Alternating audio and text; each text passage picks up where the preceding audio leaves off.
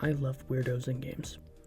From poisonous lizards to robots, I like characters that stand out in some way, be it visually or through gameplay. Something about a character that breaks some rule or some assumption or even just adds some interesting diversity to a character roster gets at very least my respect, but more often than not my attention in a game. So when I heard 6 months ago that Overwatch was moving further away from oddball characters in their games, it was somewhat upsetting to me. We need weirdos in games, and I'm here to argue why they can not only be some of the most compelling characters in a game, but fundamentally make the game more interesting and broad through the lens of Overwatch's cast.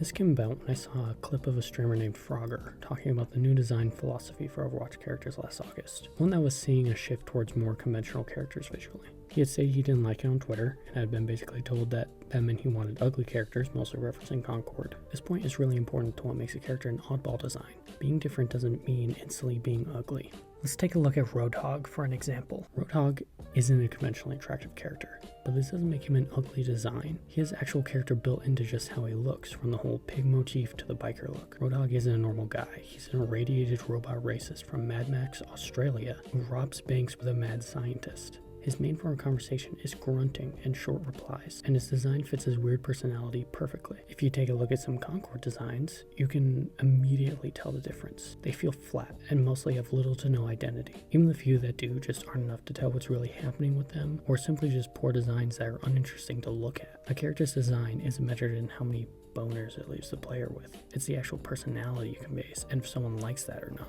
This doesn't mean attractive is bad design either, but it can feel very flat. Wu Yong was the new character when this whole thing came about, and I don't really think he has a particularly interesting design. He just looks like he was made to look hot, and is basically leveraging his personality to make him interesting or relatable. But if you're new and just scrolling through the hero gallery and looking for someone to try out, he's not going to catch your eye. You're going to look at the robotic monk, or the hamster, or even the character who I feel is closest personality-wise to Wu Yong, Venture. Making characters conventionally attractive is fine, and I understand the standpoint of saying that they want the characters to have physiques that are inspiring to players. Issue is that not everybody in your roster should be like that, nor should you want them to be. What matters more is characterization, and that is something that characters like Wu Yong sacrifice for visual sex appeal and ability to sell skins. You can have emotionally interesting characters without them being conventionally attractive, such as the two Omnic monks in the game, Zenyatta and Ramatra. Ramatra in particular is the most interesting character in the game to me, and he is labeled as an oddball by the Overwatch team.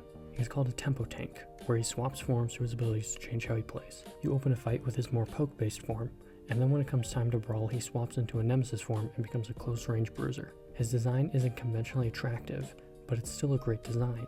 He looks like a threat, from his coloring to his general demeanor to his nemesis form, with his scarf-like thing both harkening back to his monk origins but also evoking his identity of this revolutionary leader. His conversations with other heroes show a deep character who truly believes he is doing the right thing, and a mixture of sadness and revelry and violence that creates a walking contradiction of a character, much like the swapping of his forms in gameplay.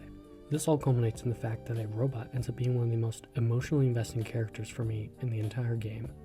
And frankly, he's bad as hell anyway, so... Now, obviously, with the new season of Overwatch, we got a new oddball, being Jetpack Cat.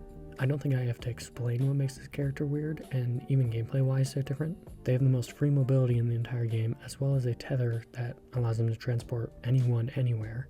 And while, as a tank enjoyer, I harbor an intense fear for this character, I do think that is a really interesting and different take on a mobile support.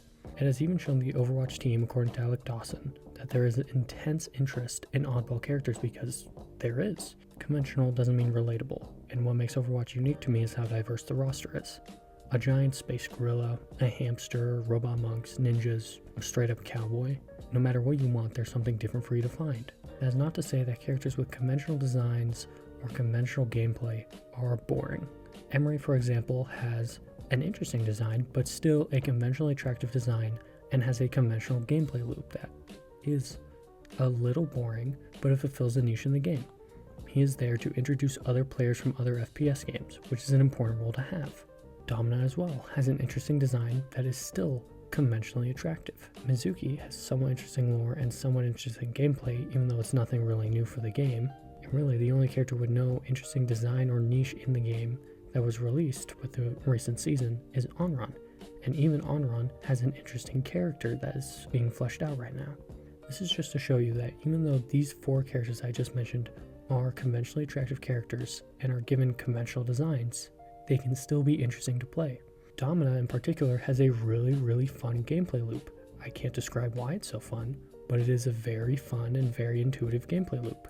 It's just important when we have a ton of characters like this that they're offset by characters like Jetpack Cat. Because if you look at all of the articles that released around the time of the season release and when these heroes were revealed, almost all of them were using the Jetpack Cat in the thumbnail or mentioning Jetpack Cat in the title. These characters are very visually different and interesting, and they stand out. And that is very important and very helpful for the longevity of a game, or even just brand recognition, to have characters like this.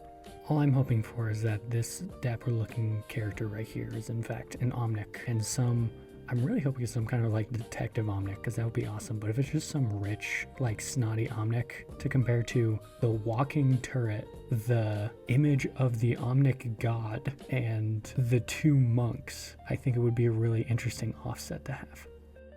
As always, thank you for watching. I finally figured out a way to actually record on campus and in my dorm room, because I do not have access to any like recording spaces in my campus right now. This means that I'm probably going to try to be doing a video every 2 weeks, but at least once a month there will be a video from now on. I promise the Black Ops 3 video is on its way. It needs to be fully re-recorded because I was having issues with audio because I'm still getting used to the microphone. So yeah, I hope you all enjoy this one. And as always, if you have any criticisms or video ideas or anything, feel free to tell me them. I'm only trying to get better and also like expand what I'm doing. I do have a slightly different video coming out. I know I've been doing mostly video essays for the past several months, but I'm going to be having like a gameplay focused video coming out soon. So look out for that. And yeah, I hope you all enjoy it, and I'll see you in the next one. Bye bye.